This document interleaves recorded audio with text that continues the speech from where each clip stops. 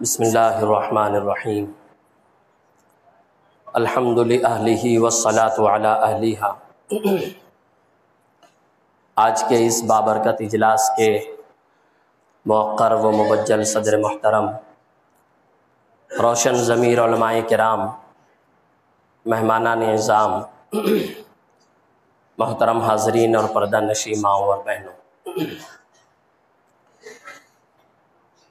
اسلام اور شعائر اسلام کے اصل محافظ اللہ تبارک و تعالیٰ ہے۔ ذریعے اور بہانے کے طور پر اللہ تبارک و تعالیٰ ہم بندوں کو منتخب کرتے ہیں۔ جب کوئی بندہ دین کا کوئی کام شروع کرتا ہے، اس کے وہم و گمان میں بھی یہ بات نہیں ہوتی کہ اس کا یہ کام دنیا میں کس حد تک مقبول ہوگا، کتنے لوگوں کو اس سے فائدہ ہوگا، آخرت میں اسے کتنا اجر و ثواب ملے گا۔ یہ انسانوں کے وہم و گمان میں بھی نہیں ہوتا۔ لیکن اللہ تبارک و تعالی اخلاص کے ساتھ، نیک نیتی کے ساتھ جب کوئی کام شروع کیا جاتا ہے، اس کی بڑی قدر کرتے ہیں۔ اللہ کی ایک صفت قدرداں ہے۔ اللہ اپنے بندوں کی چھوٹی سے چھوٹی نیکیوں کی بھی بڑی قدر کرتے ہیں۔ آج شہر میں بہت سارے کام ہو رہے ہیں، کام کرنے والوں کے وہم و گمان میں بھی نہیں ہے کہ آنے والی نسلوں کو اس سے کیا فائدہ ہوگا، کتنا فائدہ ہوگا۔ مساجد تعمیر ہو رہی ہیں، تعمیر کرنے والوں کے وہم و گمان میں یہ باتیں نہیں ہیں۔ انہیں یہ پتہ ہے کہ اس پر اجر و ثواب ہے، لیکن مستقبل میں اس کی کیا حیثیت ہوگی، کتنے لوگوں کو اس سے فائدہ ہوگا، یہ سب ہمارے وہم و گمان میں نہیں ہوتا۔ لیکن اخلاص کے ساتھ جب بندہ کام کرتا ہے تو پھر اللہ تبارک و تعالیٰ اسے دنیا میں بھی لوگوں کو دکھاتے ہیں اور آخرت میں بھی اجر عطا کرتے ہیں۔ ایسے ہی ایک مخلص انسان تھے خیراتی تنبولی، جو لشکر میں رہتے تھے اور تجارت کی غرض سے وہ بازار میں آیا کرتے تھے۔ نیک صفت انسان تھے، تو صوم و صلات کے پابند تھے۔ جب وہ بازار میں تجارت کی غرض سے آتے تو اطراف میں مسجد نہیں تھی، نماز کا کوئی اہتمام نہیں ہو پاتا تھا، انہیں بڑی دشواری ہوتی تھی۔ انہوں نے اپنے ذاتی خرچ سے ایک چھوٹی سی جگہ خریدی، وہاں پر ریت وغیرہ سے کچھ مسجد نما ایک عمارت تعمیر کی گئی، ہلکی پھلکی۔ جب نماز کا وقت ہوتا تو چند مسلمان جمع ہوتے اور نماز ادا کر لیتے۔ وہ چھوٹی سی جگہ آج جامع مسجد ہے۔ انسان کے وہم و گمان میں نہیں ہوتا کہ اس کا کام کتنی آگے جائے گا۔ یہ بات 1853 کی ہے۔ اس کے بعد حوادث زمانہ کہہ لیں، سیلابی کیفیت کہہ لیں، یا مصلیوں کی بڑھتی ہوئی تعداد کہہ لیں، مسجد میں توسیع ہوئی، مسجد کی تعمیر ہوئی، اور لوگوں کا رجوع جب جامع مسجد کی طرف ہوا تو پھر مسجد میں ایک مدرسے کی بھی بنیاد رکھی گئی۔ اور یہ واقعہ 1920 کا ہے، اور اس وقت کے ولی صفت انسان حضرت مولانا اسحاق نقشبندی رحمۃ اللہ علیہ کے ذریعے مدرسہ تعلیم القرآن کی بنیاد رکھی گئی۔ اس زمانے میں جامع مسجد میں امامت کرتے تھے حافظ لال محمد صاحب، جو حافظ مدار بخش رحمۃ اللہ علیہ کے بڑے بھائی حافظ خدا بخش کے خسر تھے۔ حافظ لال محمد صاحب کو لوگ للہ حافظ جی کہتے تھے۔ وہ صرف جمعہ کی امامت کرتے تھے، اور درمیان میں کبھی آ گئے تو وہ امامت کرتے تھے، ورنہ ان کی غیر موجودگی میں جد امجد حافظ مدار بخش رحمۃ اللہ علیہ امامت بھی کرتے تھے اور مدرسے میں تعلیم بھی دیتے تھے۔ حافظ مدار بخش رحمۃ اللہ علیہ مدرسے میں جب تعلیم دیا کرتے تھے، تعلیم القرآن، تو اس میں ناظرہ کی بھی تعلیم ہوتی تھی، اس میں حفظ کی بھی تعلیم ہوتی تھی۔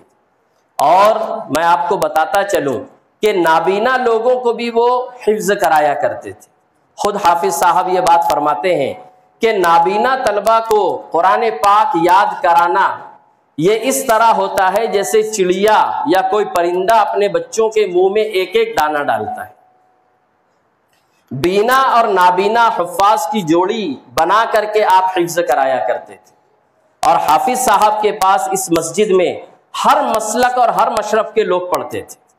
میں آپ کو مثال دوں، پرانے لوگ انہیں جانتے ہیں، حاجی نظام الدین صاحب جگنو منڈپ والے، اسلام پورے میں ان کا مکان تھا۔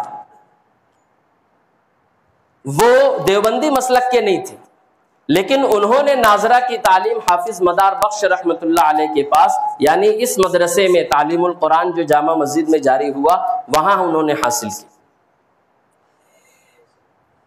حافظ لال محمد صاحب رحمۃ اللہ علیہ کے بعد ذمہ داروں نے یہ دیکھا کہ حافظ مدار بخش رحمۃ اللہ علیہ نیک صفت ہے، پابندی ہے، نماز بھی اکثر وہی پڑھاتے ہیں، تو پھر 1934 میں حافظ مدار بخش رحمۃ اللہ علیہ کو بطور امام متعین کیا گیا۔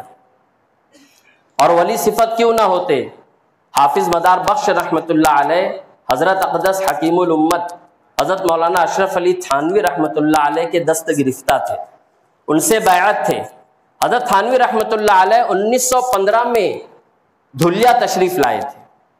حافظ صاحب رحمۃ اللہ علیہ نے انہیں خط لکھا اور بیعت ہونے کی درخواست کی۔ حضرت تھانوی رحمۃ اللہ علیہ نے وہ درخواست قبول کی، اور قبول کر لینے کے بعد پھر حافظ صاحب کو بیعت کیا۔ حافظ صاحب رحمۃ اللہ علیہ وہاں سے 1966 تک امامت کرتے رہے۔ پرانے لوگ ان کی قرات، ان کی پابندی، ان کا تقوی، یہ ساری چیزیں جانتے ہیں۔ حیات حافظ مدار بخش میں یہ باتیں ان کے تعلق سے لکھی ہوئی ہیں۔ 1966 میں حافظ صاحب کا انتقال ہوا، اور حافظ صاحب کے انتقال کے بعد ان کے شاگرد حافظ عبد الغنی صاحب نے امامت کی ذمہ داری سنبھالی، اور وہ 10 سال امام رہے۔ ان کے بعد حافظ صاحب ہی کے شاگرد حافظ مدار بخش کے حافظ سعید صاحب اسلام پورے والے، انہوں نے 8 سال امامت کی ذمہ داری سنبھالی۔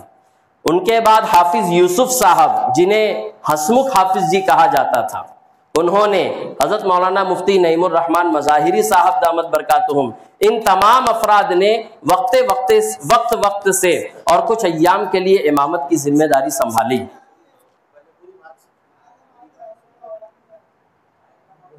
اور تراویح کے امام الگ الگ ہوتے رہے۔ حافظ مدار بخش رحمۃ اللہ علیہ کے بعد جب ختم قرآن ہوتا تھا تو الگ الگ حفاظ نے اور الگ الگ ائمہ نے اس مسجد کو آباد رکھنے کی کوشش کی۔ 1986 میں حضرت مفتی صاحب دامت برکاتہم کا تقرر عمل میں آیا۔ اگر میں غلط نہیں ہوں تو یہ بات عرض کروں گا کہ حضرت مفتی صاحب دامت برکاتہم پہلے عیدگاہ کے امام ہوئے، اور اس کے بعد آپ جامع مسجد کے امام بنے، اور آپ نے بڑی سخت شرائط کے ساتھ امامت قبول کی۔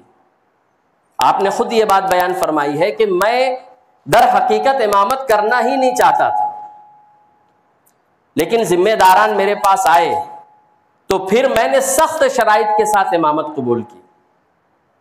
میں نے اپنے والد صاحب ماسٹر جمیل احمد مرحوم سے پوچھا کہ آپ نے مفتی صاحب کی شرط قبول کیوں کی، معلوم تو ہو کہ بات کیا ہے۔ والد صاحب نے یہ بات بتائی کہ ہم نے ان کی تقریر، میں نے اور احمد سیٹھ مرحوم نے ان کی تقریر عیدگاہ پر سنی تھی، اور ہم یہ چاہتے تھے کہ جامع مسجد میں ایسا امام ہو جو منبر سنبھال سکے۔ اس کی وجہ یہ تھی کہ 80 اور 90 کی دہائی میں آئے دن فسادات ہوتے تھے۔ ہماری مسجد علاقہ غیر میں تھی، ذمہ داران مسجد کو محفوظ رکھنے کے لیے فسادات کی آنچ مسجد تک نہ آئے، مسجد کا نقصان نہ ہو، مسلمانوں کا نقصان نہ ہو، اس کے لیے ذمہ داران قانونی اعتبار سے محنت کرتے تھے، لیکن مصلیوں کو سنبھالنا اور مسلمانوں کو ایسے حالات میں قابو میں رکھنا، یہ کام امام کر سکتا تھا، اور یہ کام کوئی اچھا مقرر کر سکتا تھا۔ اور ہم نے جب عیدگاہ پر ان کی تقریر سنی تھی تو میں نے احمد سیٹھ سے کہا تھا، یعنی والد صاحب کا یہ جملہ ہے کہ ہمیں اس لڑکے کو جامع مسجد لانا ہے۔ ان کے والد صاحب کے پاس گئے تو والد صاحب نے بلا کر کے کہا کہ یہ حافظ جی کا پوتا ہے، یہ خود آیا ہے، ان کی بات سن لے۔ بہرحال چاہتے یا نہ چاہتے ہوئے حضرت مفتی صاحب یہاں تشریف لائے اور 1986 سے آپ نے یہاں امامت کی ذمہ داری سنبھالی۔ اس وقت مسجد، یہ حصہ مسجد کا نہیں تھا۔ جو لوگ پرانے ہیں وہ جانتے ہیں کہ اس محراب کے آگے مسجد تھی، میں نے خود بھی وہ حصہ دیکھا ہے، اور وہاں درس قرآن ہوتا تھا، اور جمعہ کی نماز کے بعد منبر پر بیٹھ کر کے درس قرآن دیا جاتا تھا۔ کچھ لوگ درس قرآن دینے کے لیے آتے تھے، بعد میں وہ سلسلہ ختم ہو گیا اور ذمہ داران کی طرف سے حضرت مفتی صاحب کے سامنے یہ بات رکھی گئی کہ آپ درس قرآن شروع کریں، اور وہاں سے درس قرآن کا یہ سلسلہ شروع ہوا۔ 1986 سے لے کر آج 2025 تقریباً 40 سال کا یہ عرصہ ہے جو مفتی صاحب کی امامت کا ہے۔ ان ایام میں مفتی صاحب نے ایک لمبے عرصے تک پابندی سے امامت کی۔ جب تک آپ کی مصروفیات بیرون شہر نہیں تھیں، جب تک آپ کی مصروفیات کا دائرہ وسیع سے وسیع تر نہیں ہوا تھا، اس وقت تک آپ نے بہت پابندی کے ساتھ امامت کی، اور درس قرآن بھی آپ نے پابندی سے دیا۔ ابھی چند مہینہ پہلے جب عارضہ قلب میں مبتلا ہوئے تھے اور روح بصحت ہوئے، واپس شہر تشریف لائے اور مجھے معلوم ہوا کہ درس قرآن آپ دینے والے ہیں، میں نے خود فون کیا کہ آپ درس قرآن نہ دیں، ایک ہفتہ آپ اور آرام کریں۔ آج آپ درس قرآن دیں گے جمعرات کو، اور جمعہ میں آپ بیان بھی کریں گے تو بوجھ آپ پر زیادہ ہو جائے گا، آپ درس قرآن نہ دیں۔ تو حضرت مفتی صاحب نے یہ بات ارشاد فرمائی کہ میں شہر میں رہوں اور درس قرآن نہ ہو، ایسا ہوا نہیں ہے۔ چھوٹی چھوٹی صورتیں ہیں، میں چاہتا ہوں کہ ہو۔ میں نے باصرار یہ بات کہی کہ آپ ایک ہفتہ اور آرام کر لیں، لیکن جب قرآن سے محبت ہوتی ہے تو پھر انسان کے سامنے ساری بیماریاں کوئی حیثیت نہیں رکھتی۔ آپ ایک لمبے عرصے تک پابندی سے نماز بھی پڑھاتے رہے، دارالعلوم محمدیہ میں تدریس بھی آپ کی رہی، اور لوگوں کو یہ بات پتہ نہیں ہے کہ مغرب بعد آپ مدرسہ بھی پڑھایا کرتے تھے۔ آپ یہاں مغرب بعد مدرسہ بھی پڑھاتے تھے۔ جب میں طفل مکتب تھا تو ہم لوگ قریب جانے سے ڈرتے تھے، حالانکہ مارتے نہیں تھے، لیکن موٹی لکڑی لے کر بیٹھتے تھے۔ پھر کچھ حالات ایسے ہوئے کہ استاذ محترم حضرت مولانا نعیم الظفر صاحب کا تقرر ہوا، تو حضرت مفتی صاحب کا یہ عرصہ 40 سال کی خدمات پر مشتمل ہے، جس میں امامت بھی ہے، جس میں خطابت بھی ہے، اور جس غرض سے والد محترم اور احمد سیٹھ مرحوم رحمۃ اللہ علیہ حضرت مفتی صاحب کو یہاں لائے تھے، آپ نے اس مقصد کو علی وجہ الکمال پورا کیا۔ 2000 کی دہائی میں مسجد کی توسیع شروع ہوئی، اور اس وقت مینار کا کام شروع ہوا۔ برادران وطن کی طرف سے ایک بہت بڑا ہوا اس بات کا کھڑا کیا گیا کہ مینار تعمیر نہیں ہونا چاہیے۔ ذمہ داران قانونی اعتبار سے محاذ سنبھالے ہوئے تھے، جس میں احمد سیٹھ اور ماسٹر جمیل صاحب مرحوم یہ دونوں پیش تھے۔ لیکن مسلمانوں کا جو تعلق مسجد سے ہے، کسی بھی مسجد سے، ہم سمجھ سکتے ہیں کہ اگر مسجد پر کوئی آنچ آتی ہے تو مسلمان کو قابو کرنا منہ کا کھیل نہیں ہوتا۔ ہم لوگ جمعہ میں پابندی سے جامع مسجد آیا کرتے تھے، اسی وقت حضرت مفتی صاحب نے کئی جمعہ میں مسجد کی اہمیت، فضیلت اور ماحول کو بہتر بنانے کے لیے آپ نے خطابات کیے۔ اس میں سے ایک بات میرے حاشیے خیال میں رہ گئی ہے، حضرت مفتی صاحب نے یہ بات کہی تھی کہ میں تمام مصلیان کو یقین دلاتا ہوں کہ آپ اطمینان رکھیں، آپ کی مسجد اور مینار کی ایک اینٹ بھی کوئی شخص ہٹا نہیں سکتا۔ اگر کوئی شخص ایک اینٹ بھی ہٹائے گا تو اس سے پہلے ہماری لاشوں پر سے گزرنا پڑے گا۔ حضرت مفتی صاحب نے اس وقت بھی منبر کو سنبھالا اور یہاں سے پورے شہر کو سنبھالا۔ پمفلیٹ تقسیم ہونے کے بعد جو حالات بگڑے، حضرت مفتی صاحب نے وہاں بھی سنبھالنے کی کوشش کی، اور بم بلاسٹ کے بعد پولیس کی وین میں بیٹھ کر کے جو آپ نے کام کیا، جس میں آپ مطعون بھی ہوئے، لیکن آپ کو جس غرض سے اس مسجد میں لایا گیا تھا آپ نے حتی الامکان پوری کوشش کی کہ آپ اس مقصد کو پورا کریں۔ اتنا لمبا عرصہ کسی مسجد میں گزار دینا یہ معمولی کام نہیں ہوتا۔ مسجد کے ایک دیرینہ خادم کا یہ بیان ہے کہ حضرت مفتی صاحب نے کبھی بھی انتظامی امور میں کوئی بات نہیں کہی۔ یہ بہت بڑی بات ہے۔ اپنے کام سے کام، آپ نے انتظامی امور میں کبھی کوئی عمل دخل نہیں دیا، کبھی دخیل نہیں ہوئے۔ ورنہ ہوتا یہ ہے کہ انسان اگر اتنا لمبا عرصہ گزار لیوے تو پھر وہ یہ چاہتا ہے کہ میں جو بولوں وہ ہو، لیکن حضرت مفتی صاحب نے ایسا کبھی نہیں کیا۔ آج بھی اگر کبھی جمعہ کے بیان میں یا درس قرآن میں حضرت مفتی صاحب سے کوئی سبقت لسانی ہوتی ہے اور ذمہ داران اس کی طرف توجہ دلاتے ہیں تو مفتی صاحب اس کو خندہ پیشانی سے قبول کرتے ہیں۔ یہ ہم خردوں کے لیے، ہم چھوٹوں کے لیے بہت بڑا سبق ہے، ہم ائمہ کے لیے بہت بڑا سبق ہے۔ اتنے لمبے عرصے تک امامت یہ معمولی کام نہیں ہے۔ امامت کیا ہے یہ جو امام ہے وہی سمجھتا ہے۔ اور اگر میں علماء کی موجودگی میں یہ بات کہنے کی جرأت کروں تو شاید غلط نہ ہو کہ جو عالم امام نہ بنا ہو وہ بھی نہیں سمجھ سکتا کہ امامت کی ذمہ داری کیا ہے۔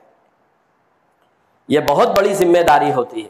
آج 1986 یا اس وقت سے جو درس قرآن کا سلسلہ شروع ہوا، جس میں حضرت نے پہلے 30ویں پارے کا درس دیا اور پھر اس کے بعد پہلے پارے سے شروع کیا، آج اس کی تکمیل ہے۔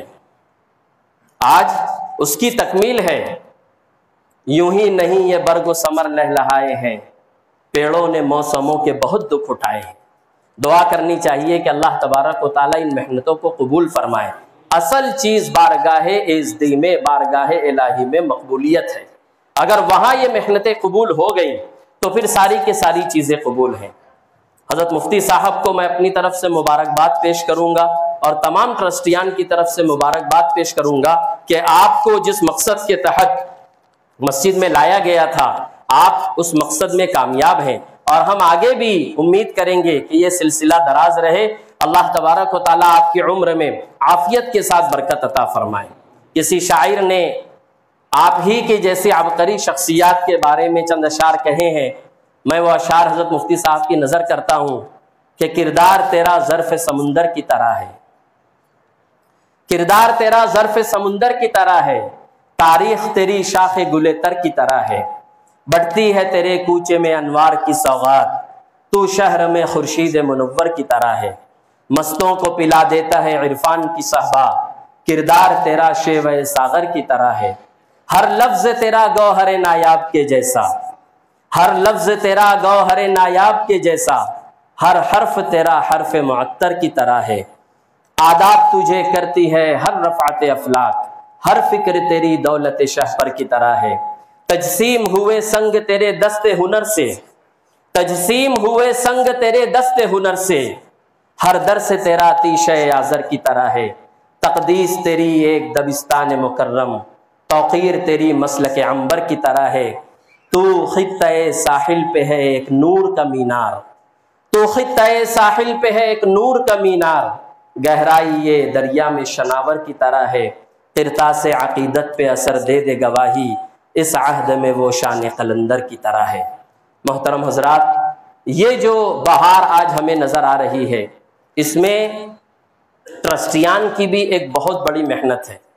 وہ محنت شروع ہوتی ہے بڑے حکیم محمد اسماعیل صاحب رحمۃ اللہ علیہ سے، اور پھر ان کے بعد مسلم حضرت فضل الرحمن حکیم، مجید نازاں، ماسٹر جمیل احمد صاحب، خلیل احمد سے ڈائمنڈ والے، سالک بھائی ماضی قریب میں جن کا انتقال ہوا، ان سب حضرات کے لیے ہمیں دعا کرنی چاہیے۔ بہار اب جو گلشن میں آئی ہوئی ہے یہ سب پود انہی کی لگائی ہوئی ہے۔ ماضی قریب میں شعیب وکیل صاحب کا انتقال ہوا، وہ ٹرسٹی نہیں تھے، ایڈوائزری وکیل تھے، لیکن انہوں نے کسی عہدے پر رہے بغیر بھی مسجد کی بہت خدمت کی ہے۔ آج یہ سب اللہ کی جوار رحمت میں پہنچ گئے، ہمیں دعا کرنی چاہیے کہ اللہ تبارک و تعالیٰ انہیں اعلیٰ علیین میں جگہ عطا فرمائے۔ اولئک آبائی فجئنا بمثلہم اذا جمعتنا یا جریر المجامع۔ مجھے اس وقت والد محترم ماسٹر جمیل احمد صاحب اور ان کے ہمدم و ہمراز، ہمساز، یار غار، رفیق محترم احمد سیٹھ صاحب مرحوم کی بہت یاد آ رہی ہے.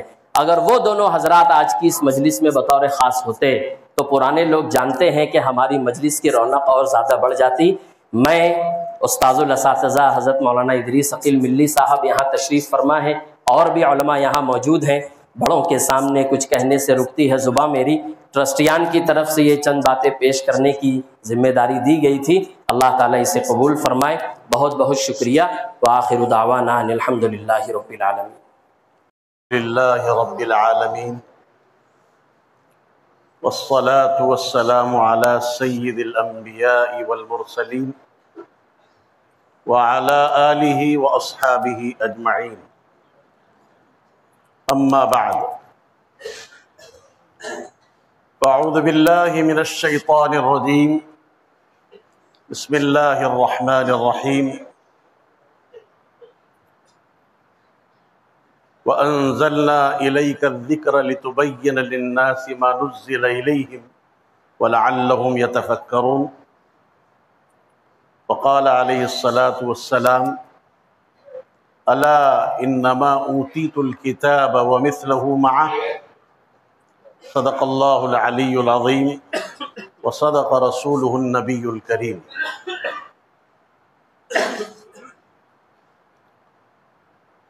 برادران اسلام و معزز حاضرین، اولاً تو میں رب دو جہاں کا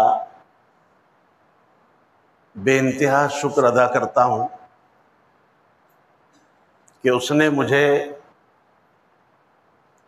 تکمیل درس قرآن کی اس پاکیزہ، مقدس، نورانی اور عرفانی محفل و مجلس میں شرکت کی سعادت بخشی. این سعادت بزور بازو نیست، تان بخشت خدائے بخشندہ. ثانیاً میرے رفیق محترم، ہم سبق، ہم جماعت حضرت مولانا مفتی اسماعیل صاحب دامت برکاتہم العالیہ اور ان کے محبین، مخلصین اور عاشقین صادقین اور مسجد حاضہ کے ذمہ داران و مصلیان کا بھی شکر ادا کرتا ہوں کہ انہوں نے اس بابرکت موقع پر مجھ جیسے حقیر فقیر سراپا تقصیر کو یاد کیا اور عزت بخشی. جزاکم اللہ احسن الجزا. اور ثالثاً مفتی صاحب دامت برکاتہم کی خدمت عالیہ میں صدہا صد نہیں، ہزارہا ہزار نہیں، انگنت مرتبہ مبارکبادی پیش کرتا ہوں. اللہ آپ کو مبارک کرے. قرآن کریم سے آپ کا یہ والہانہ تعلق، آپ نے اس سے صرف وابستگی نہیں رکھی، آپ کی انفرادی، اجتماعی، عائلی، قبائلی، سیاسی اور ملکی تمام تر مصروفیات کے ہوتے ہوئے قرآن و حدیث سے شغل خاص رکھنا اور اس کو اپنا مشغلہ خاص قرار دینا ہر ایک کے بس کی بات نہیں. ان کے ساتھ اللہ کی نصرت شامل حال ہے، اور میں اس کا مشاہدہ برسوں پہلے سے، غالباً مفتی صاحب میری تائید کریں گے، 1977 میں مفتی صاحب نے جامعہ ڈابھیل میں داخلہ لیا. میں 1975 سے جامعہ ڈابھیل میں زیر تعلیم ہو چکا تھا. میں نے فارسی اول پڑھی، فارسی دوم پڑھی، اور عربی اول میں جب میں آیا تب مفتی صاحب اسماعیل صاحب اور ہمارے ان کے برادر صغیر حضرت مفتی عبد المالک صاحب دامت برکاتہم، یہ دونوں بھائی جو ہے جامعہ میں داخل ہوئے. عربی اول کی جماعت گرچہ الگ تھی، ہماری الگ تھی، ان کی الگ تھی. عربی دوم میں بھی الگ الگ جماعتوں میں پڑھ رہے تھے، ہمارے اساتذہ بھی الگ تھے. لیکن عربی صوم میں ہم سب آ کر مل گئے. میں جو بھی کہہ رہا ہوں وہ بالکل اظہار حقیقت کر رہا ہوں بلا کسی مبالغہ کے. مفتی صاحب کی جو پذیرائی جامعہ ڈابھیل کے اساتذہ میں تھی وہ میں نے آج تک نہیں دیکھی، اور طلباء میں مقبولیت اور محبوبیت یہ بھی بے مثال تھی. اب اگر میں بیان کرنے بیٹھوں تو میں سمجھتا ہوں گھنٹہ 2 گھنٹہ تو جائے گا. ان کے اوصاف امتیازیہ کو میں بیان نہیں کر سکتا. آپ مختصر میں سبھی سمجھ لیجئے. میں چونکہ ان کا ساتھی ہوں، ہم عمر ہوں، اور صرف ہم جماعت اور ہم درس اور ہم سبق نہیں ہوں، بلکہ ہم کمرہ بھی ہوں اور ہم تفریح بھی ہوں. پتہ نہیں کتنے ہم ہے، سارے ہم میں غم دور ہو جاتا تھا. اب جمعہ کو سیر و تفریح کے لیے نکلتے تھے مفتی صاحب کے ساتھ، اور یہ ماشاءاللہ بہترین تیراک. ہم کو تیرنا آتا نہیں تھا، یہ اوپر سے چھلانگ مارتے تھے نہر کے اندر. عارف مار خودی. ارے میں نے کہا اسماعیل مجھے آتا نہیں نا. ارے تو مار تو صحیح، کیا ڈرتا ہے. بہرحال انہوں نے ہم کو تیرنا بھی سکھایا، ڈبکیاں مارنا بھی سکھایا. لیکن یاد رکھو وقت پر ہر کام اپنے وقت پر اچھا لگتا ہے. ہر وقت کے لیے ایک کام اور ہر کام کے لیے ایک وقت. یہ نظم زندگی ہے، یہ انتظام انصرام. ان کی جو زندگی تھی وہ بہت ہی اچھی تھی. یقیناً یاد رکھیے آج میں یہاں حاضر ہوا تو ان کے چہرے کو بشرے کو دیکھ کر اور یہ دونوں بھائیوں سے مل کر مجھے ڈابھیل کا وہ زمانہ یاد آ رہا ہے. جامعہ تعلیم الدین ڈابھیل. ہم جب عربی صوم میں، مجھے اچھے سے یاد ہے، شرح ابن عقیل کی تکرار مفتی صاحب کرا رہے تھے ہم کو. میں انہی کے حلقے میں بیٹھتا تھا. تکرار یہ کراتے تھے، ہم سامعین مخاطبین میں سے تھے.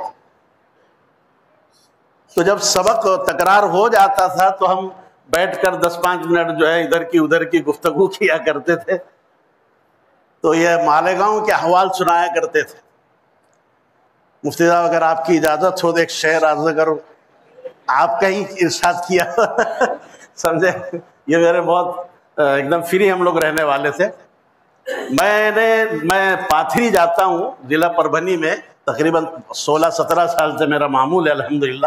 میں بھی درس قرآن دیتا ہوں 2 مسجدوں میں وہاں پر رمضان کے مہینے میں.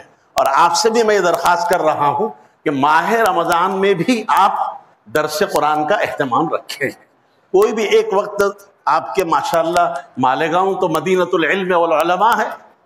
یہاں کیا ہے؟ کوئی ارچن نہیں، کوئی معنی نہیں، کوئی آڑ نہیں. تو میں کہہ رہا تھا کہ قرآن اتنی اچھی کتاب ہے. امام غزالی رحمۃ اللہ علیہ نے بڑی اچھی بات اور بڑی خوب بات کہی ہے. حضرت سے پوچھا گیا آپ نے قرآن کو کیسے پایا؟ امام غزالی رحمۃ اللہ علیہ نے فرمایا اتنا آسان ہے، اتنا آسان ہے کہ 8 سال کے بچے کے سینے میں مکمل اتر جاتا ہے.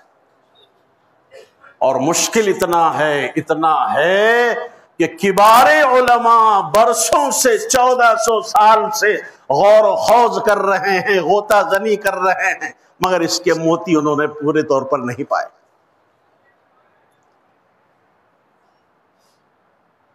تو میں وہاں کے لوگوں کو میں نے ایک شعر بولا تھا جو مفتی صاحب سے میں نے سنا تھا. میں نے کہا ہم بہت سارے ہم میں سے ایسے لوگ ہیں جو یہ دعویٰ کرتے ہیں محض اردو دانی اور معمولی سے عربی دانی سمجھ کر کے جو ہے ہم قرآن کے مفسر ہیں، ہم قرآن کی تفسیر کر سکتے ہیں. ہرگز نہیں. وَلَقَدْ يَسَّرْنَا الْقُرْآنَ لِلذِّكْرِ کا ہرگز یہ مطلب نہیں ہے. قرآن مشکل بھی ہے اور آسان بھی ہے. اب تفصیل میں نہیں جاتا آسان کہاں ہے اور مشکل کہاں ہے، میں نے اشارتاً کہہ بھی دیا ہے. تو میں نے ان پاتھری والوں کے سامنے ایک شعر پیش کیا، مفتی صاحب کا کہا ہوا، انہوں نے ہم کو سنا بھی، مجھے حرف بحرف یاد ہے.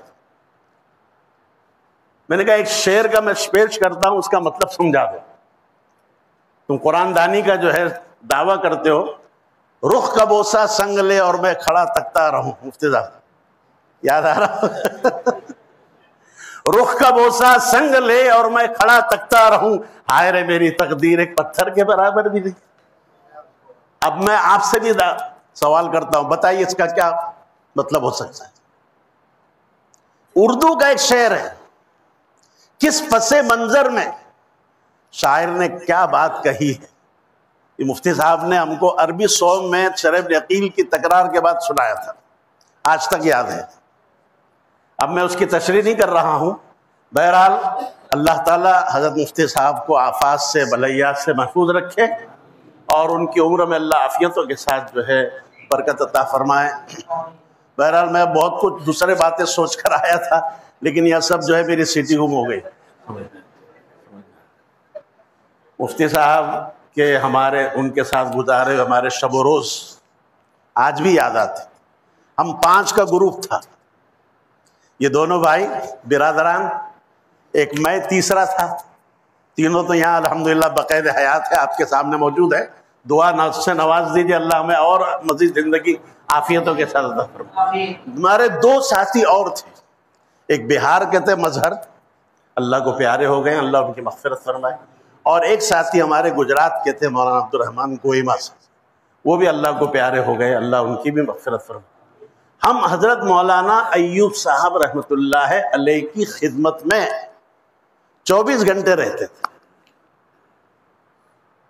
حضرت مولانا ایوب صاحب رحمۃ اللہ علیہ، حضرت شاہ صاحب رحمۃ اللہ علیہ، حضرت مولانا انور شاہ کشمیری رحمۃ اللہ علیہ کے جو ہے شاگرد تھے۔ ہمارے شیخ مفتی اسماعیل صاحب سے غایت درجہ محبت کرتے تھے۔ ایک واقعہ عبد المالک صاحب آپ کو بھی یاد آئے گا، مفتی صاحب کی اور میری تھوڑی سی ہو گئی تھی۔ یہ بڑے جری انسان ہیں، جس کو چاہے تڑک پڑک سنا دیتے ہیں، چاہے برا لگو کہ اچھا لگو۔ آج بھی شاید ان کا مزاج ایسا ہی ہوگا۔ تو انہوں نے ایک بات مجھے ایسی کہہ دی، تھوڑا مجھے ناگوار گزری۔ میں تھوڑا شیخ صاحب کے گھر پہ وہ خدمت میں آنا میں نے بند کر دیا، تو حضرت نے محسوس کیا کہ بھائی عارف کیوں نہیں آ رہا ہے، تم 4 لوگ نظر آ رہا ہے، ایک کہاں گیا؟ تو عبد المالک صاحب نے کہا کہ اسماعیل سے تھوڑی اس کی کچھ بن گئی، اس لیے نہیں آ رہا۔ عبد المالک صاحب کو شیخ صاحب نے فوراً بھیجا مغرب کی نماز کے بعد۔ عبد المالک صاحب صحیح کہہ رہا ہوں، کہا کہ جاؤ عارف کو بلا کر لاؤ۔ یہ محبت، شیخ صاحب نے مجھے بلایا اور ہم 5 کو سامنے ایک صف میں بٹھایا اور ایک شعر پڑھا، غنیمت جان لو مل بیٹھنے کو۔ کیا کہا؟ غنیمت جان لو مل بیٹھنے کو، جدائی کی گھڑی سر پہ کھڑی۔ اور کہا کہ بیٹا تم ربیع اول سے جو ہے اب تک ساتھ میں پڑھ رہے، تم جو ہے بہت آپس میں میل جول رکھتے ہو، محبت رکھتے ہو، ایسی محبت قائم رکھو، اور جو بھی تمہارے اندر معاملہ ہے اس کو صاف کرو۔ ہمیں کیا پتا تھا کہ حضرت شیخ رحمۃ اللہ علیہ کا یہ شعر انہی پر صادق آئے گا۔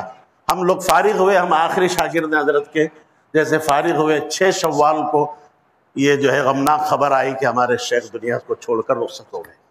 اللہ حضرت کی مغفرت فرمائے۔ ہمارے حضرت ہمیشہ فرماتے تھے انا بیت خالی لیکن سند عالی۔ مفتی صاحب بخاری شریف کی عبارت پڑھتے تھے، مفتی صاحب آج بھی میں وہاں کہتا ہوں کہ ہمارے سبق کے جو ہے سب سے مین آدمی یہ تھے، قائد یہ تھے۔ بہرحال بہت ساری باتیں ہیں، بیان نہیں کر سکتا، مختصراً آپ سمجھ لیجئے کہ مفتی صاحب خلاصہ عبارت بھی پڑھتے تھے، تکرار بھی کرایا کرتے تھے، اور اساتذہ کے جو ہے محبوب نظر بھی تھے، مقبول بھی تھے، محبوب بھی تھے۔ اللہ تبارک تعالیٰ نے ان کو بڑی جو ہے قابلیت سے نوازا تھا، اور آج بھی وہ قابلیت ہے۔ اور میں سمجھتا ہوں ان کی قابلیت میں اور محبوبیت میں ان کی والدین کی صالحیت کا دخل ہے، یہ یقینی بات ہے، میں ایسے نہیں کہہ رہا ہوں۔ ان کے والد بزرگوار سے میری ملاقات ہے، مالیگاؤں شہر میں بھی ہوئی ہے، اور جب ڈابھیل ان کے والد محترم تشریف لائے تھے تو میں نے ان کے پیر بھی دبائے، ان کی خدمت کی۔ مفتی صاحب کے ایک نانا جان آئے تھے، اب وہ سگے تھے یا جو بھی تھے، میں نے ان کے سر میں تیل مالش کی تھی۔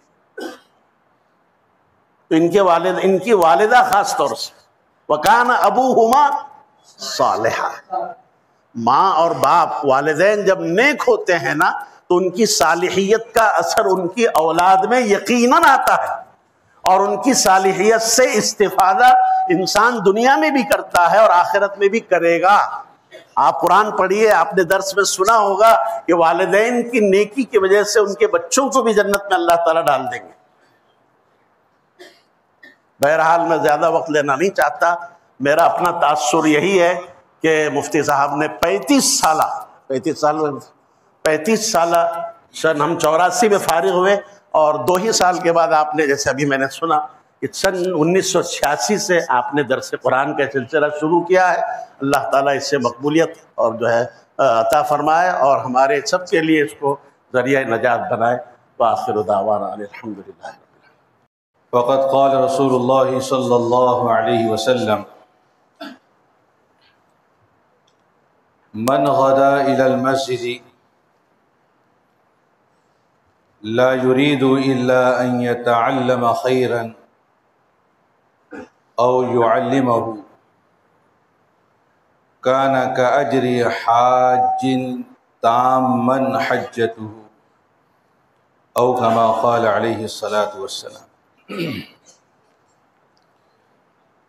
غضب ہے ہم کو اب حاصل نہیں ہے لطف روحانی، غضب ہے ہم کو اب حاصل نہیں ہے لطف روحانی، بھلا دی آہ دل سے ہم نے تعلیمات قرآنی، وہ قرآن آخری پیغام ہے جو رب عزت کا، مبارک ہو مبارک قدر اس کی جس نے پہچانی، وہ قرآن جو دوا بھی ہے، غذا بھی ہے، شفا بھی ہے، پلاتا ہے جو اپنے عاشقوں کو جام عرفانی،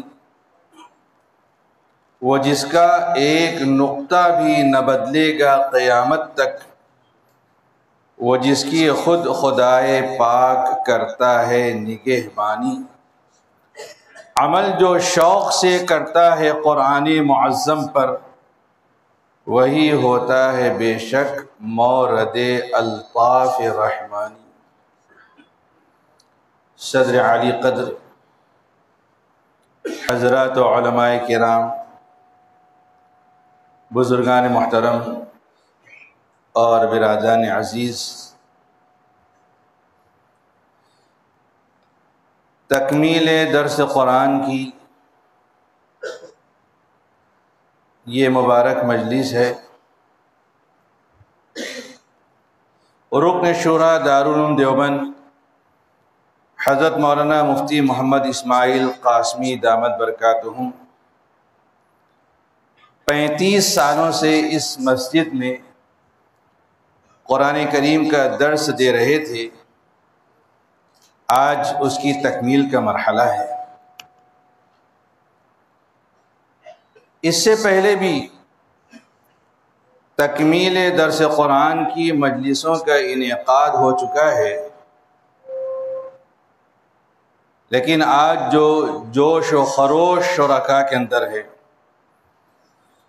اور خوشی و مسرت کا جو احساس دلوں کے اندر ہے، وہ چیز اس سے پہلے کے اجلاس میں نہیں دیکھی گئی۔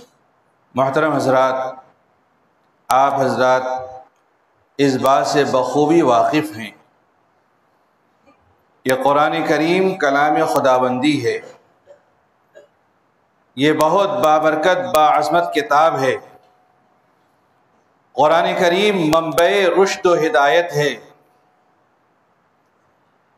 قرآن کریم مجموعہ خیرات و برکات ہے، اور قرآن کریم گنجینہ نور و رحمت ہے۔ قرآن کریم کی آیات بینات کے ذریعے سے اللہ تبارک و تعالی نے قوموں کو، قبیلوں کو اور خاندانوں کو ہدایت سے مالا مال فرمایا ہے۔ قرآن کریم براہ راست دل کے دروازے پر دستک دیتا ہے، دل کی گہرائیوں کے اندر اترتا ہے اور زندگی کے اندر انقلاب عظیم برپا کر دیتا ہے۔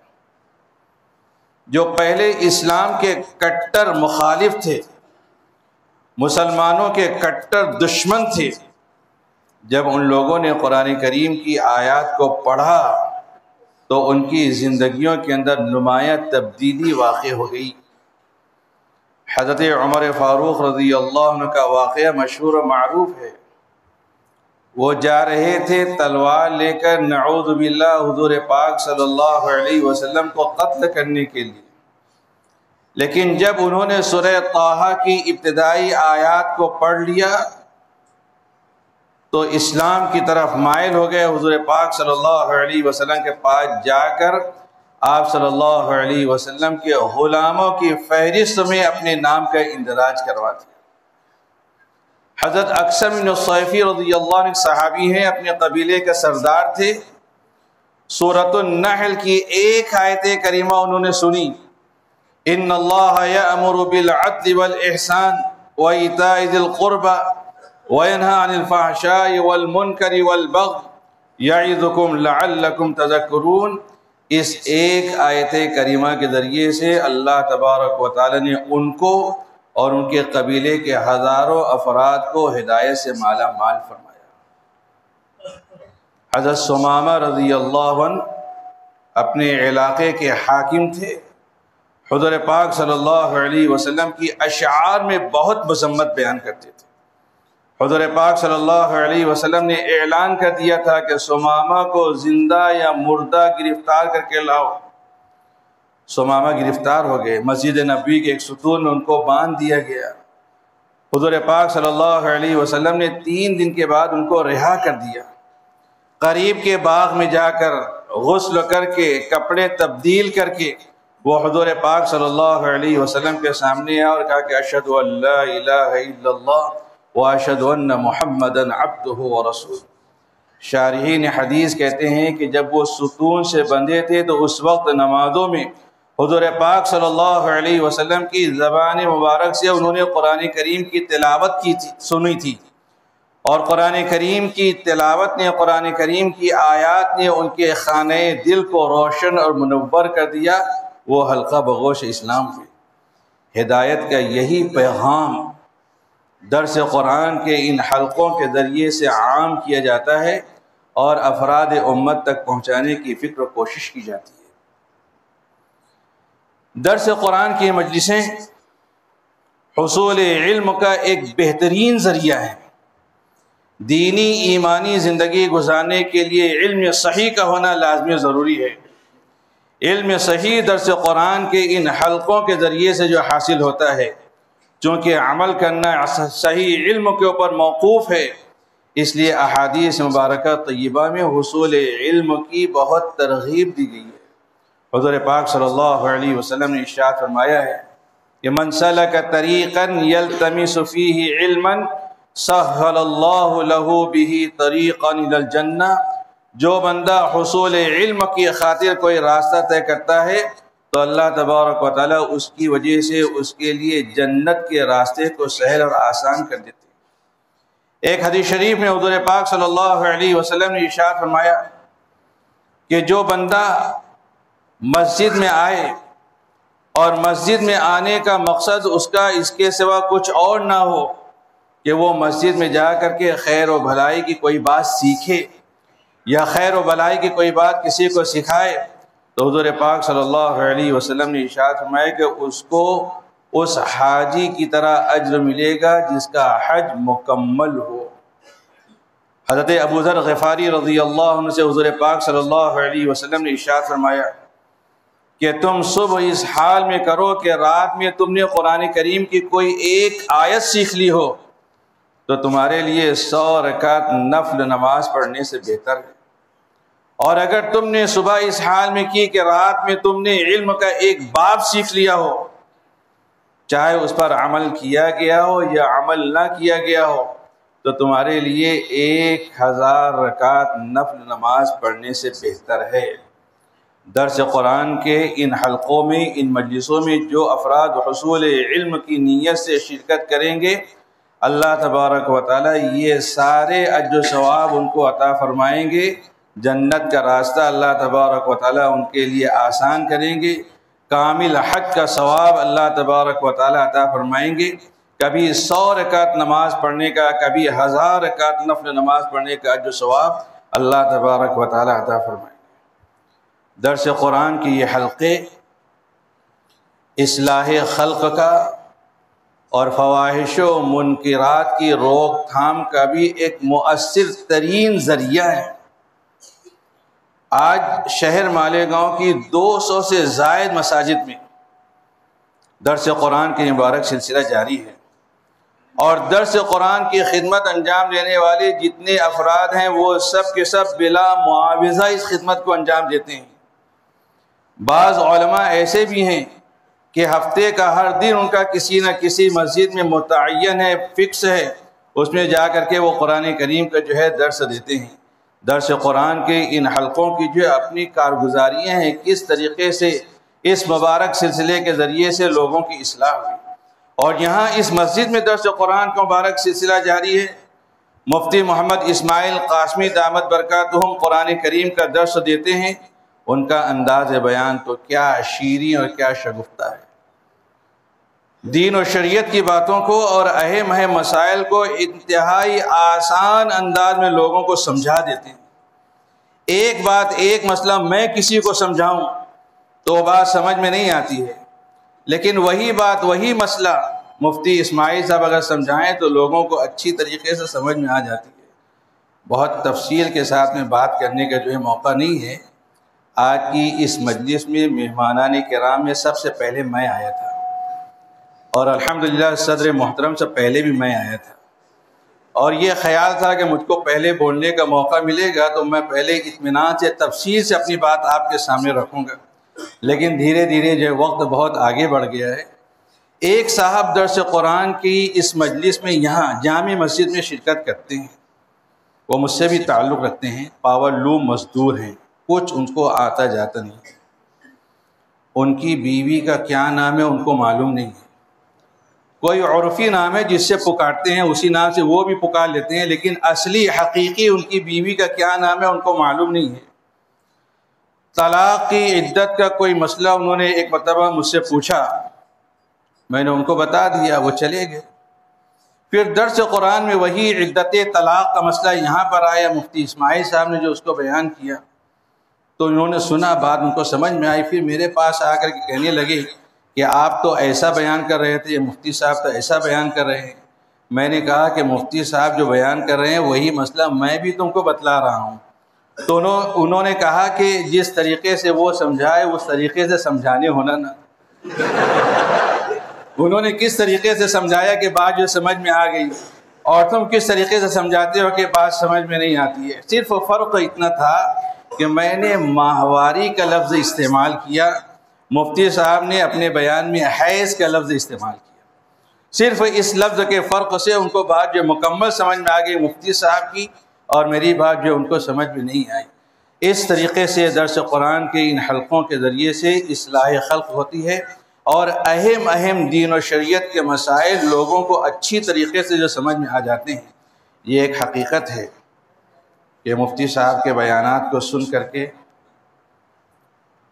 کتنے لوگوں نے بدعات و خرافات سے توبہ کر لی، کتنے لوگوں نے گناہوں کو جو ہے چھوڑ دیا، کتنے نوجوانوں کے چہروں کے اوپر جو ہے داڑھی آ گئی، کتنے لوگوں کے جسم شرعی لباس سے آراستہ اور مزین ہو گئے، عورتیں صفت شرم و حیا سے متصف ہو گئیں، دینداری کا جذبہ ان کے دلوں کے اندر جو پیدا ہو گیا، اور پردے کے اہتمام کے ساتھ میں زندگی گزارنے والی وہ بن گئی۔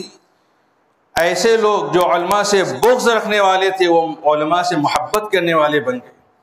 ایسے ٹرسٹیان جو اماموں کے پیچھے پڑے رہتے تھے وہ اماموں کے قدردان بن گئے۔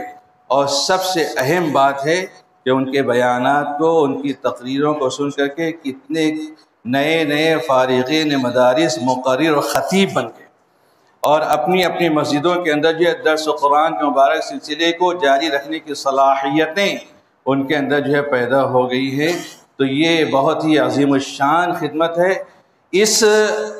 اس کی اہمیت کو مفتی صاحب نے بھی خوب سمجھا ہے۔ میں یہ بات جانتا ہوں کہ کبھی درس قرآن کی اس مجلس میں شرکت کرنے کے لیے، درس قرآن دینے کے لیے روپیہ پیسہ خرچ کر کے دور دراز علاقے سے ان کو پلین کا سفر کر کے آنا پڑا، تو پلین کا سفر بھی کر کے آئے ہیں اور یہاں آ کر کے درس قرآن کی اس مسجد میں جو شرکت کی ہے، قرآن کریم کا جو درس دیا ہے۔ بہت ساری باتیں مجھ سے پہلے بھی مولانا شفیق احمد فلاحی مدث اللہ العالی نے جو بیان کی ہیں، ان تمام کو پیش نظر رکھتے ہوئے صرف ایک شعر میں کہنا چاہتا ہوں، وہ یہ ہے کہ بڑی مدت میں ساقی بھیجتا ہے ایسا مستانہ، بدل دیتا ہے جو بگڑا ہوا دستور میں خانہ۔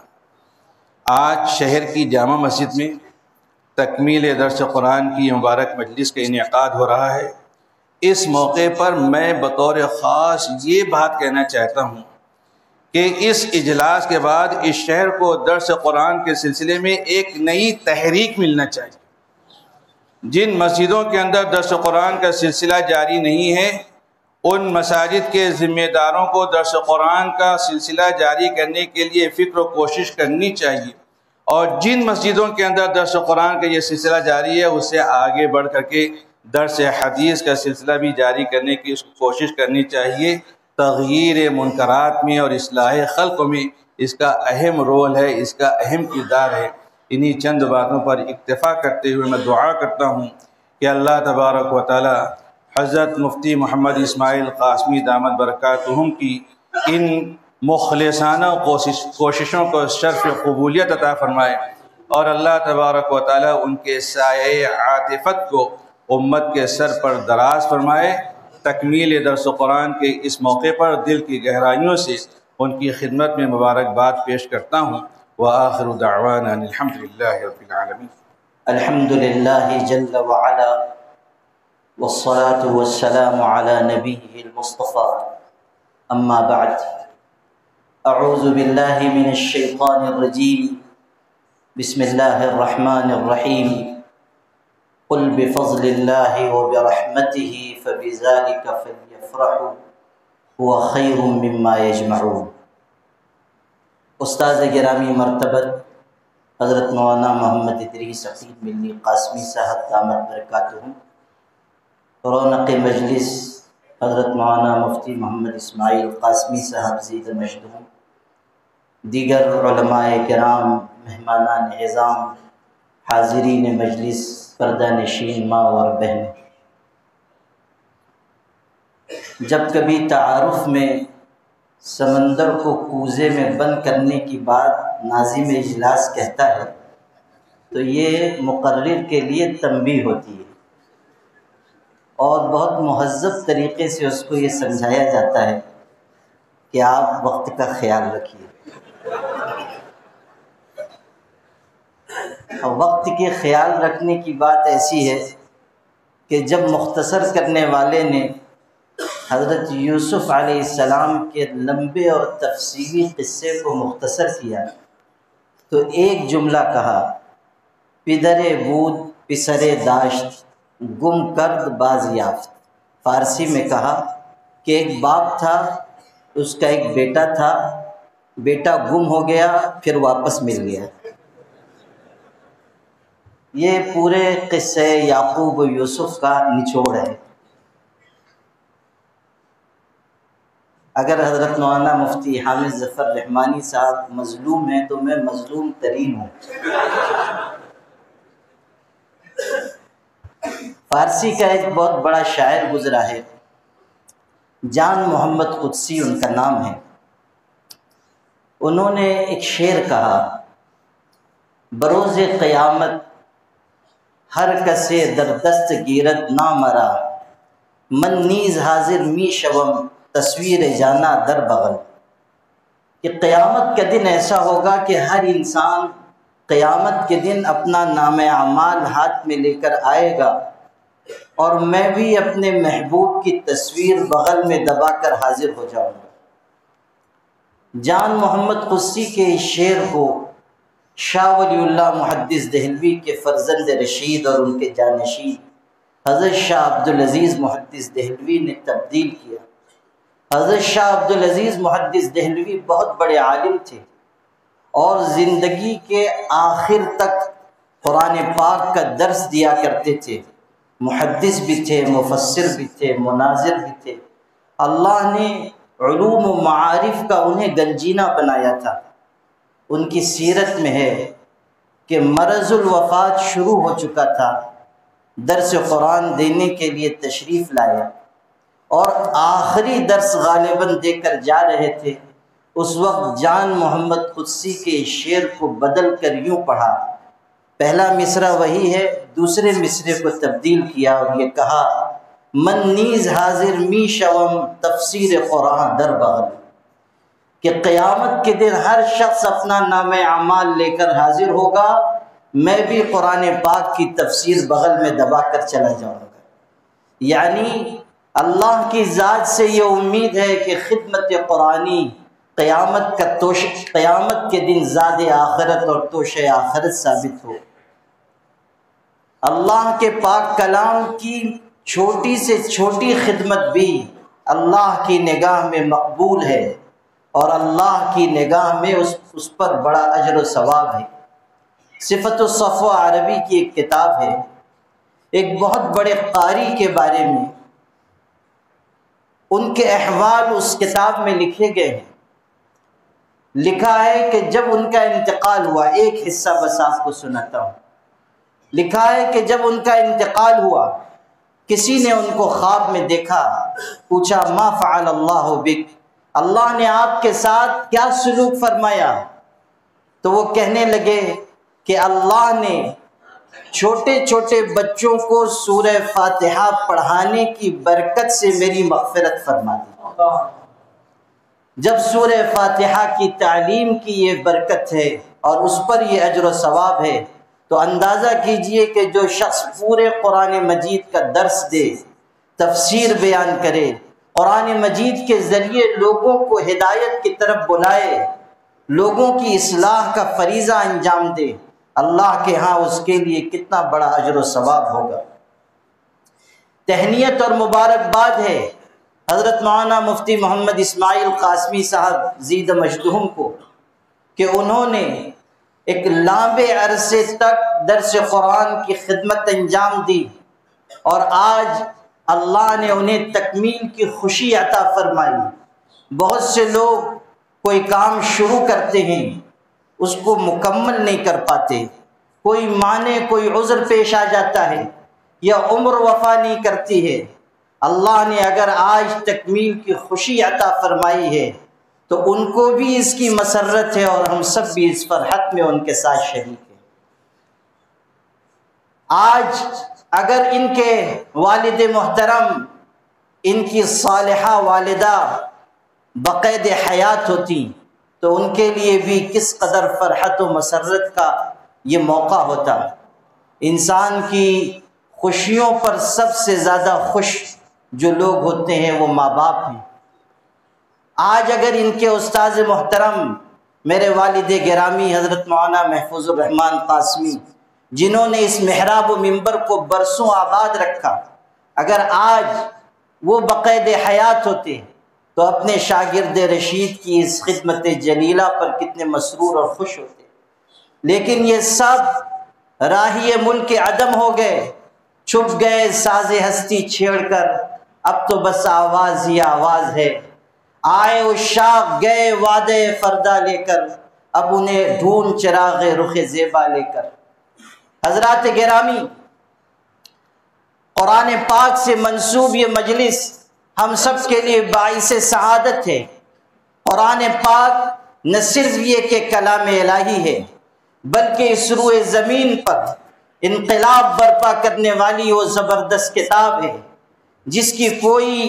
جس کا کوئی مثیل و نظیر موجود نہیں۔ جس طرح اللہ کی ذات بے مثل و مثال ہے، اسی طرح قرآن پاک بھی بے مثال کلام ہے۔ اس کی فصاحت و بلاغت، اس کی معجز نمائی، اس قرآن پاک کی تاثیر، اس کے اندر بیان کیے گئے واقعات لوگوں کے دلوں پر اثر انداز ہونے کی کیفیت اور صلاحیت، ہر چیز ایسی ہے جو بے نظیر ہے۔ قرآن پاک در حقیقت قیامت تک باقی رہنے والا حضرت نبی کریم صلی اللہ علیہ وسلم کا وہ معجزہ ہے کہ جو دشمنان دین کی تمام تر کوششوں اور سازشوں کے باوجود قیامت تک قائم اور باقی رہے گا، اس لیے کہ اس کی بقا کی ذمہ داری اللہ نے خود لی ہے۔ قرآن کا کوئی متبادل نہ بدل ہے، قرآن ہر ایک عقدہ دشوار کا حل ہے، قرآن رسالت کا محافظ بھی، خبر بھی، قرآن بصیرت بھی، بصارت بھی، بصر بھی، قرآن کی آیات میں راتیں بھی ہیں، دن بھی، قرآن میں ذکر انسان بھی، شیاطین بھی، جن بھی، قرآن تاثیر بھی، مؤثر بھی، اثر بھی، قرآن تاثیر بھی، مؤثر بھی، اثر بھی، قرآن میں صحرا بھی، سمندر بھی، حجر بھی، قرآن حقیقت میں گنجینہ ہے ادب کا، قرآن انسانوں پہ احسان ہے رب کا، قرآن گنجینہ ہے اصل و اصول کا، ہاں قرآن معجزہ ہے خدا کے رسول کا۔ حضرات گرامی قدر، ہماری عزت و رفعت اللہ نے اسی پاک کلام سے جوڑ دی۔ آخرت کی کامیابی تو اس کلام پر رکھی گئی، لیکن دنیا میں بھی عزت اور سربلندی اگر ملے گی اسی کتاب کے ذریعے۔ چین میں انقلاب آیا، ماؤ زیدونگ نام کے ایک شخص نے وہاں انقلاب برپا کیا تھا، برسر اقتدار حکومت کے خلاف اس نے آواز اٹھائی۔ لمبی داستان ہے، مختصر آپ کو سناتا ہوں۔ چین میں انقلاب لانے والے اسی شخص کو وہاں کا چیئرمین بنایا گیا، صدر بنایا گیا۔ چند برسوں میں اس نے اپنے ملک کی تقدیر بدل دی، عروج کے نقشے وہاں لکھے گئے، اور پھر دنیا کی توجہ اس ملک کی طرف ہوئی۔ ہمارے پڑوس کے ملک جو اسلام اور مسلمانوں کے نام پر بنا، وہاں سے صوبے سندھ کا چیف منسٹر اور اس کے کابینہ کے وزراء گئے، وہاں کی ترقیات کا جائزہ لیا۔ اس کے بعد چیئرمین ماؤ زیدونگ سے ملاقات ہوئی۔ وہ کمیونزم پر یقین رکھنے والا شخص تھا، بے دین تھا، اللہ پر اس کا یقین نہیں، کسی مذہب پر یقین نہیں۔ لیکن جب ان لوگوں کی ملاقات ہوئی تو انہوں نے یہ سوال کیا کہ آپ نے اپنے ملک کو چند برسوں میں جس عروج سے نوازا ہے، ہم آپ سے اس کا راز جاننا چاہتے ہیں۔ تو جانتے ہو مسلمانوں، اس شخص نے کیا کہا؟ ایک جملے میں جواب دیا۔ اس زمانے کے اردو اور انگریزی اخبارات میں شاہ سرخیوں کے ساتھ وہ جواب چھپا۔ اس شخص نے جو کمیونسٹ تھا، مسلمانوں سے، بڑے بڑے وزراء سے کہہ رہا ہے کہ اگر تم میرے اس ملک کی ترقی کا راز جاننا چاہتے ہو تو سنو، قرآن تم پر اترا تھا، عمل ہم نے کر کے دکھایا ہے۔ ہماری ترقی کا راز قرآن پاک پر عمل میں پوشیدہ ہے۔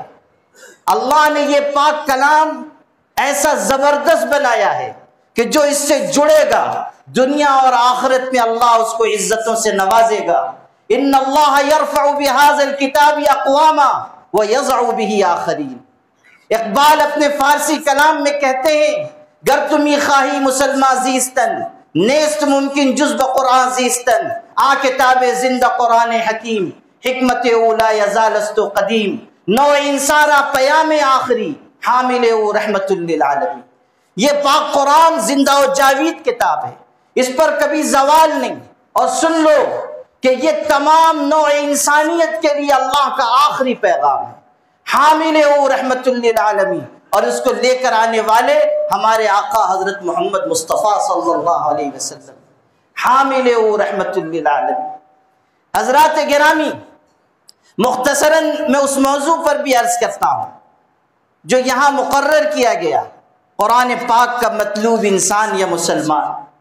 قرآن کتاب ہدایت ہے، ہدایت کہتے ہیں رہنمائی کو۔ اللہ نے قرآن پاک کو ایسی کتاب بنایا کہ یہ انگلی پکڑ کر ہم کو چلنا سکھاتی ہے۔ ماں کی ممتا سے زیادہ محبت و ممتا اور باپ کی شفقت سے زیادہ شفقت اس کتاب کے اندر ہے۔ قرآن پاک انسانوں کو، مسلمانوں کو، اہل ایمان کو جینا سکھاتا ہے۔ مقصد زندگی، طرز بندگی، دونوں کی تعلیم قرآن دیتا ہے۔ بتایا گیا کہ تم روئے زمین پر اس لیے نہیں پیدا کیے گئے کہ کھاؤ پیو موج مستی کرو، لہو لعب میں مشغول رہو اور مر جاؤ۔ بابر بعیش کوش کی عالم دوبارہ نیست، مزے لوٹ لو جتنے مزے لوٹنے ہیں کہ دنیا اجڑنے کے بعد پھر بسنے والی نہیں. اللہ نے اس لیے دنیا میں نہیں بھیجا. مقصد زندگی بندگی ہے.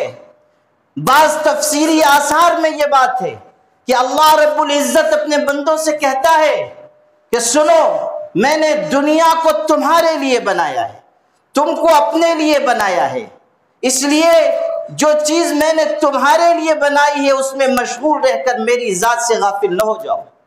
جو چیز تمہارے لیے بنی ہے وہ تم کو ملے گی. وَمَا مِن دَابَّةٍ فِي الْأَرْضِ إِلَّا عَلَى اللَّهِ رِزْقُهَا. روئے زمین پر کوئی چوپایا ایسا نہیں ہے جس کی روزی کی ذمہ داری اللہ نہ لی ہو. ان اللہ هو الرزاق ذو القوة المتین. اللہ ہے رزق دینے والا، زبردست قوت کا مالک. تم وہ کام کرو جس کے لیے پیدا کیا گیا، اللہ کی بندگی. وہ راستہ اختیار کرو جس پر چل کر تم اللہ سے قریب ہو جاؤ. قرآن صفات بیان کرتا ہے اہل ایمان کی تاکہ وہ صفات مسلمان اپنائیں اور اللہ سے قریب ہوں. حضرت خواجہ حسن بصری تابعین میں بہت اونچے درجے کے شخص ہیں. ان سے کسی نے پوچھا آپ مومن ہیں؟ تو حضرت خواجہ حسن بصری نے کتنا خوبصورت جواب دیا. کہنے لگے اگر مومن ہونے سے تمہاری مراد یہ ہے کہ میرا یقین اللہ پر ہے یا نہیں تو سنو میں مومن ہوں، لیکن اگر تمہارا اشارہ قرآن کی ان آیتوں کی طرف ہے جو سورہ انفال میں آئی ہیں، انما المؤمنون الذین اذا ذکر اللہ وجلت قلوبہم وَإِذَا تُلِيَتْ عَلَيْهِمْ آيَاتُهُ زَادَتْهُمْ إِيمَانًا وَعَلَىٰ رَبِّهِمْ يَتَوَكَّلُونَ. کہ سچے مسلمان تو وہ ہیں کہ جب اللہ کا ذکر ہوتا ہے تو ان کے جسم لرز جاتے ہیں، دل ان کے لرز جاتے ہیں، کانپ جاتے ہیں. آیات قرآنی پڑھی جاتی ہیں تو ان کا ایمان بڑھ جاتا ہے، اللہ پر بھروسہ کرتے ہیں، نماز قائم کرتے ہیں، اللہ کے دیے ہوئے میں سے خرچ کرتے ہیں. یہی سچے مومن ہیں.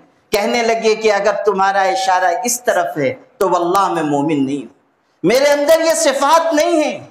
یہ ان کی تواضع اور عاجزی کی بات ہے. لیکن قرآن بتا رہا ہے کہ اللہ کو کون سا مسلمان مطلوب ہے. وہ مسلمان نہیں جو لہو و لعب، غفلت و قسوت کے راستے پر چلے.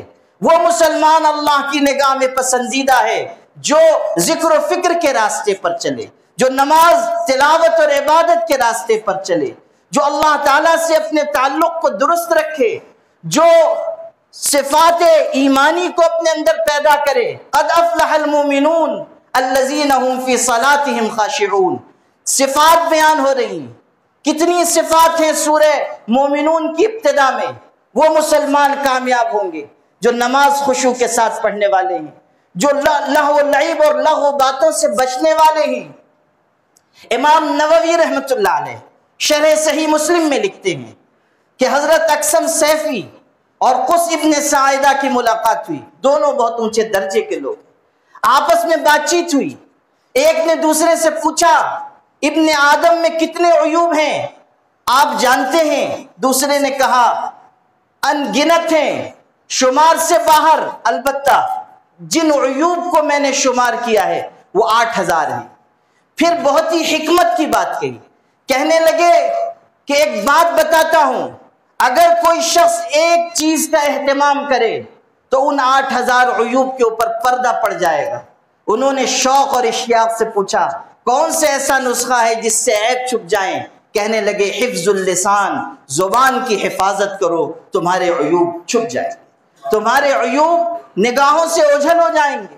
اندازہ کیجیے حضرت نبی کریم صلی اللہ علیہ وسلم نے یہی تو فرمایا تھا هل يكب الناس على مناخرهم الا حصائد السنتهم. لوگوں کو منہ کے بل جہنم کی آگ میں پہنچانے والی چیز ان کی زبانوں کی کمائی ہے. زبان کے غلط استعمال کی وجہ سے انسان اللہ کی نگاہ سے گر جائے گا. اسی لیے کہا والذین هم عن اللغو معرضون. لغو باتوں سے، لغو کلام سے، لغو اعمال سے اپنے آپ کو بچاؤ. ایک انسان اگر اپنی زبان سے غلط الفاظ کہتا ہے وہ دوسرے کو ایذا نہیں پہنچاتا، وہ اپنا تعارف کراتا ہے کہ میری اوقات کیا ہے، میری سطح کیا ہے. روسی ادیب گزرا ہے، بہت بڑا مصنف، لیو ٹالستائی اس کا نام ہے. راستے سے جا رہا تھا، کسی کے پیر پر غلطی سے اس کا پیر پڑ گیا. وہ شخص بہت غصے والا تھا، ہتھے سے اکھڑ گیا اور اس کو بہت برا بھلا کہنے لگا. جو سمجھ میں آیا اس نے کہا. جب کہہ چکا تو وہاں کی تہذیب کے مطابق لیو ٹالسٹائی نے اپنا ہیٹ اتارا اور کہنے لگا کہ مجھ کو لیو ٹالسٹائی کہتے ہیں، اپنا نام لیا، وہ بہت مشہور شخص تھا۔ تو سامنے والا شرمندہ ہوا، اس نے کہا آپ نے پہلے کیوں تعارف نہ کرا دیا، پہلے آپ بتا دیتے۔ تو اس نے بہت معنی خیز جملہ کہا، کہنے لگا پہلے آپ اپنا تعارف کرانے میں اتنے مشغول تھے کہ مجھے موقع نہیں مل پایا، آپ اپنا تعارف کرانے میں اتنے مشغول تھے کہ مجھے موقع نہیں ملا۔ قرآن بتا رہا ہے کہ اللہ کی نگاہ میں پسندیدہ شخص کون ہے، پسندیدہ مسلمان کون ہے۔ التائبون العابدون والی آیت پڑھیے، تفصیل کا موقع نہیں ہے، پوری آیت پڑھ جائیے، کیسی صفات بیان کی گئی کہ اگر تم سچے مسلمان ہو تو اپنے اندر یہ عادات، یہ اخلاق، یہ شمائل، یہ صفات پیدا کرو۔ آپ پڑھیے 30ویں پارے میں اور 29ویں پارے میں اہل ایمان کی جو صفات بیان کی گئی، وہ سب اس لیے ہیں تاکہ ہم اللہ تعالیٰ کی نگاہ میں پسندیدہ بننے کے لیے قرآن کی بیان کی ہوئی صفات ایمانی کو اختیار کریں۔ ارشاد ہو رہا ہے کانوا قلیلا من اللیل ما یہجعون وبالاسحار هم یستغفرون وفی اموالہم حق للسائل والمحروم۔ اللہ کے اچھے بندے وہ ہیں جو راتوں کو بہت کم سوتے ہیں، بوقت سحر خدا کے آگے ہاتھ پھیلاتے ہیں، ندامت کے چراغوں سے بدل جاتی ہیں تقدیریں، اندھیری رات کے آنسو خدا سے بات کرتے ہیں، اللہ کے آگے عاجزی کرتے ہیں، لوگوں کے اوپر خرچ کرتے ہیں، ان کے مال میں غریبوں، مسکینوں اور فقیروں کا حصہ ہے۔ یہ سب صفات ایمانی ہمارے آپ کے لیے، یہ اس لیے نہیں کہ ہم پڑھیں اور سرسری گزر جائیں۔ یاد رکھنا قرآن پاک کے ذریعے جو ہدایت حاصل نہ کرے، ساری کائنات کے علماء مل کر اس کے لیے ہدایت کا راستہ ہموار نہیں کر سکتے۔ قرآن پاک منبع ہدایت ہے، اس کی طرف لوٹیے، قرآن پاک کو سینے سے لگائیے، اپنے اندر صفات مومنانہ اخلاص کے ساتھ پیدا کیجیے، جو ہم کریں صرف اللہ کے لیے، یہ بھی قرآن کا بتایا ہوا معیار ہے۔ وَمَا أُمِرُوا إِلَّا لِيَعْبُدُوا اللَّهَ مُخْلِصِينَ لَهُ الدِّينَ۔ حضرت خواجہ ابراہیم ادہم بادشاہ تھے، فقیرانہ زندگی گزاری، پھر فقیری کی زندگی اختیار کی۔ ایک دن راستے سے گزر رہے تھے، ایک انجیر بیچنے والے کے ہاں رکے، خریدنا چاہتے تھے، کہنے لگے کہ یہ مجھ سے بیچ دو۔ اس نے کہا مجھے نہیں بیچنا ہے۔ شاید ان کا حلیہ دیکھ کر سمجھا کہ کوئی فقیر آدمی، وہ آگے بڑھ گئے۔ پیچھے سے ایک شخص آیا، دکاندار سے کہنے لگا ارے تم نے پہچانا نہیں، یہ حضرت ابراہیم ادہم ہیں، تم نے غضب کیا، ان سے بیچنے سے انکار کر دیا، جلدی جلدی جاؤ۔ وہ گیا، اس نے کہا حضرت تشریف لائیں، آئیں، انجیر آپ کے لیے حاضر ہے، لے لیجئے۔ تو انہوں نے تاریخی جملہ کہا، اور کتنا خوبصورت، ارشاد فرمایا لا نشتری الدین بالدین، ہم دین دے کر انجیر نہیں خریدا کرتے، دین فروخت کریں اور دنیا کا مال و متاع حاصل کریں، یہ ہمارا طریقہ نہیں۔ یہ ہے وہ چیز جو ہم کو اور آپ کو قرآن مجید سے سیکھنی چاہیے۔ بہرحال یہ موضوع بہت تفصیل طلب ہے، لیکن اگر آپ درس قرآن کے حلقوں میں شامل ہوتے رہیں، برابر شریک ہوتے رہیں، تو آپ کے علم میں بھی اضافہ ہوگا، عمل کی طرف رغبت ہوگی، اخلاص دل میں پیدا ہوگا، رقت و خشیت آئے گی۔ قرآن پاک پر غور و فکر کرنے کی وجہ سے انسان کا دل بدلتا ہے۔ حضرت خواجہ حسن بصری قرآن پاک کا درس دے رہے تھے، رو پڑے، آیت آئی لیسأل الصادقین عن صدقہم، قیامت کے دن اللہ سچوں سے بھی ان کی سچائی کے بارے میں پوچھے گا۔ رونے لگے۔ کسی نے کہا حضرت کیوں رو رہے ہیں؟ ارشاد فرمایا دیکھو قرآن کہہ رہا ہے سچوں سے ان کی سچائی کے بارے میں قیامت کے دن سوال ہوگا۔ ذرا سوچو کہ ہم کل قیامت کے دن کہاں کھڑے ہوں گے، ہمارا چھٹکارا کیسے ہوگا، ہماری نجات کیسے ہوگی۔ یہ ہے وہ چیز جو قرآن پاک کے ذریعے آپ کو حاصل ہوگی۔ بہرحال میں آپ سب کی طرف سے، تمام اہالیان شہر کی طرف سے، عالم ربانی حضرت مولانا مفتی محمد اسماعیل قاسمی صاحب کو تہنیت اور مبارکباد پیش کرتا ہوں کہ انہوں نے یہ عظیم خدمت انجام دی۔ اللہ نے ان کے ذریعے بہت سے کار خیر جاری کیے، اللہ نے انہیں نفع بخش بنایا۔ حدیث میں ہے طوبى لعبد جعلہ اللہ مفتاحا للخیر ومغلاقا للشر۔ وہ انسان خوش نصیب ہے جس کو اللہ خیر کی کنجی بنا دے، شر کے لیے تالا بنا دے، اس کے لیے خوش نصیبی ہے، خوش بختی ہے۔ صرف یہ خدمت نہیں، اللہ تعالیٰ نے بہت ساری خدمتوں کا ان کو سرچشمہ بنایا ہے۔ کتنے لوگوں کو ان سے ترغیب مل رہی ہے، کتنے لوگوں کے لیے وہ نفع رسانی کا ذریعہ ہیں۔ مرزا دبیر نے کہا تھا چمن میں گلوں کو رنگ و بو دیتا ہے۔ یہ قاری جلیل صاحب نے اتنی لمبی نظم شروع میں سنائی کہ ہم سب جتنے تاثرات والے ہیں سب کو بہت شعر یاد آ رہے ہیں، تو وہ مرزا دبیر کا شعر سنا دیتا ہوں۔ چمن میں گلوں کو رنگ و بو دیتا ہے، قطرے کو گوہر کی آبرو دیتا ہے۔ چمن میں گلوں کو رنگ و بو دیتا ہے، قطرے کو گوہر کی آبرو دیتا ہے۔ بیکار تصنع ہے، تکلف بے سود، عزت وہ عزت ہے جو تو دیتا ہے۔ اللہ جس کو عزت عطا کرتا ہے اسے کوئی ذلیل نہیں کر سکتا، جسے ذلیل کر دے اسے کوئی عزیز نہیں بنا سکتا، جسے اللہ خیر کی کنجی بنا دے اسے کوئی شر کی کنجی نہیں بنا سکتا، جسے شر کی طرف لگا دے اسے کوئی خیر کی طرف نہیں لا سکتا۔ مقلب القلوب اللہ کی ذات ہے، عزت و ذلت کے پیمانے اس کے پاس ہیں۔ قل اللہم مالک الملک تؤتی الملک من تشاء وتنزع الملک ممن تشاء وتعز من تشاء وتذل من تشاء بیدک الخیر انک علی کل شیء قدیر۔ ٹرسٹیان جامع مسجد بھی لائق مبارکباد ہیں کہ وہ اس مسجد کے ذریعے بہت سارے امور خیر کی انجام دہی کا ذریعہ ہیں۔ آج کی اس مجلس کو سجانے میں، اس مجلس کو برپا کرنے میں بھی ان کی کوششوں کاوشوں کا دخل ہے۔ بہت سے ان میں سے ایسے ہیں جو اللہ کی جوار رحمت میں چلے گئے، کچھ وہ ہیں جو آج بقید حیات ہیں، جو رخصت ہوئے۔ اللہ تعالیٰ ان کی قبر کو نور سے منور فرمائے۔ جو موجود ہیں خاص طریقے پر ہمارے ضیاء حکیم صاحب، مولانا شفیق الرحمان صاحب اور دیگر تمام ٹرسٹیان، اللہ تعالیٰ ان کی عمر میں برکت نصیب فرمائے۔ اس مسجد کو اللہ تعالیٰ قیامت تک آباد فرمائے۔ مفتی اسماعیل صاحب کو، ان کی ذریت کو اللہ تعالیٰ خدمت دین کے لیے مزید قبول فرمائے، اور اللہ تعالیٰ ہم سب کو خیر پر زندہ رکھے اور خیر پر وفات عطا فرمائے۔ وآخر دعوانا الحمدللہ۔